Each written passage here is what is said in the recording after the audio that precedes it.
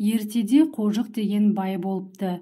Ол талайларға дүре соғып қорлық көрсетіпті. Бір күні осы байдың ауылына Құрыш деген қу келеді. Байдың оң көзі соқыр екенін байқап қалған Құрыш қу оң көзін қысып өтірік соқыр бола қалады. «Ассаламағалейкум байеке» деп қос қолын ұсынады.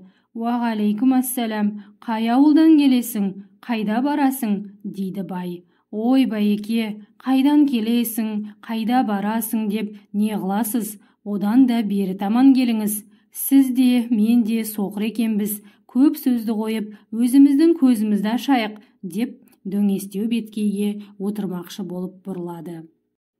Қалай ашасың? Ондайға емің болса жылдамдата көр. Не болса да танбаймын» деп бай Құрышқа мөлтең қағады. Құрыш солқылдақ бір шыбықты алады да байға келіп: «Ал байеке, арқаңызды жалаңаштап маған бұрылып жатыңыз. Мен осы шыбықпен арқаңыздан 2-3 рет ұрғанда көзіңіз шайдай ашылады. Талай соқыр осыдан жазылып кетті» деп жігіт көз емінің жайын айтады.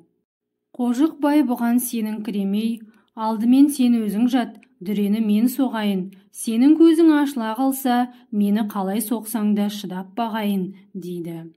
«Мақұл, жатсам жатайын» деп Құрыш көйлегін түріп, арқасын ашып жата кетеді. Бай шыбықты алып 1-2 рет сермеп үлгермей-ақ Құрыш атып тұрып: «Ой, қолыңнан айналайын байеке, рахмет, көзім шайдай ашылды ғой. Енді мені соқыр деп жүрген әлгі сұмырайларға барайын» деп байлаулы тұрған атына қарай тұра ұмтылады.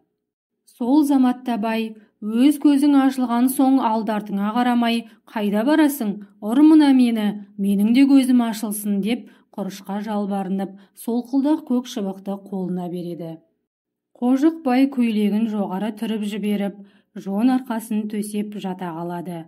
Құрыш аспай-саспай молдасын құрып отырады да, солқылдақ көк шыбықпен жалаңаш арқаға шып-шып еткізіп салмақпен соға береді. Соқырлықты намыс көрген бай қайтсем де шыдайын, көзім ашылар деген үмітпен тістеніп жата береді. Бірақ қанша шыбық соғылса да, соқыр көзі ашылмайды. Арқасы көгала болып, қанталап шыға келеді. Істің алды артын байымдамай, аңқаулықпен таяқ жеп, әбден сілікпесі шығып, меңзең болған бай: «Қанша соқсаң да көзімнің ашылмағаны қалай?» депті Құрышқа әзер бұрылып. Сонда Құрыш: «Дүниеге құныққан, зұлымдық жасаған адамның көзі өмір бақи су қараңғы болып өтпек қой» депті де атына мініп жүріп кетіпті.